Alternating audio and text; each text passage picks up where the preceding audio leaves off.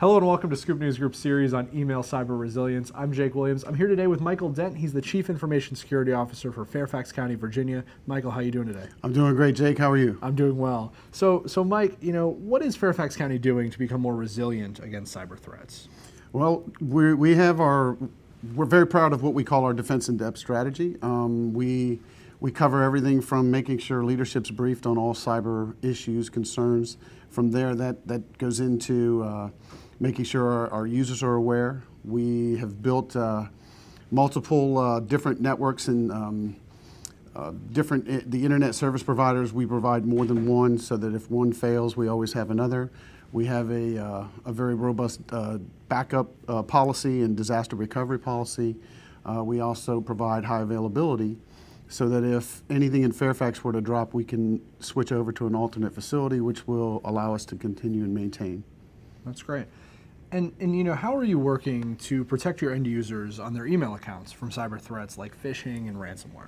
Well, we do, I guess, best practice. We have a secure mail gateway that we use. And currently, and I'm very excited, is we're advancing into artificial intelligence through advanced email threat protection.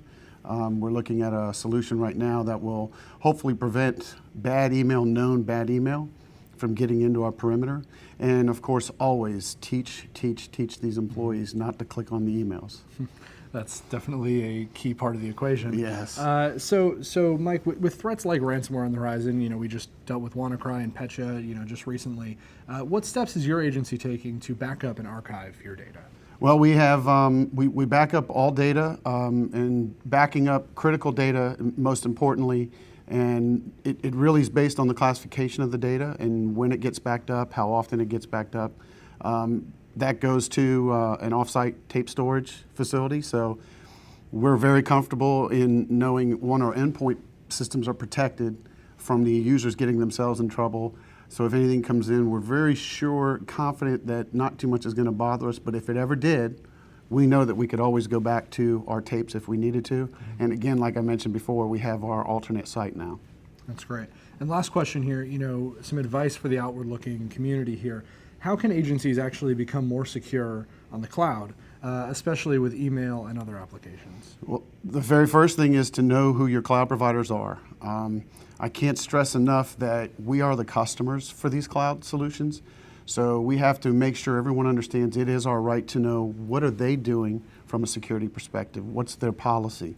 Do they have cyber insurance? Are they going to provide encryption, the basic things that you need for security?